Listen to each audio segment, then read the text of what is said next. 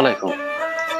পুরুষের সিংহের মতো গর্জন দুঃখের বিষয়, তারা গাধার মতো এই সংসারের খাটে পরিশ্রম করে, দেহের ঘাম ঝরে দর দর তারা পরিশ্রম করে মাঠে সংসার চালাতে গিয়ে তার স্বাধীন ইচ্ছা যা আছে সবটুকু মরে যায়। নিজের শখের জিনিস না কিনে পরিবারে চিন্তা করে, এই তো পুরুষের জীবন।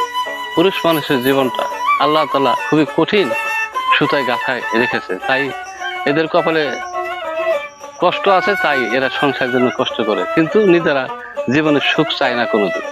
সব পুরুষকেই আমি আশীর্বাদ করি, ভালো থাকেন আপনারা।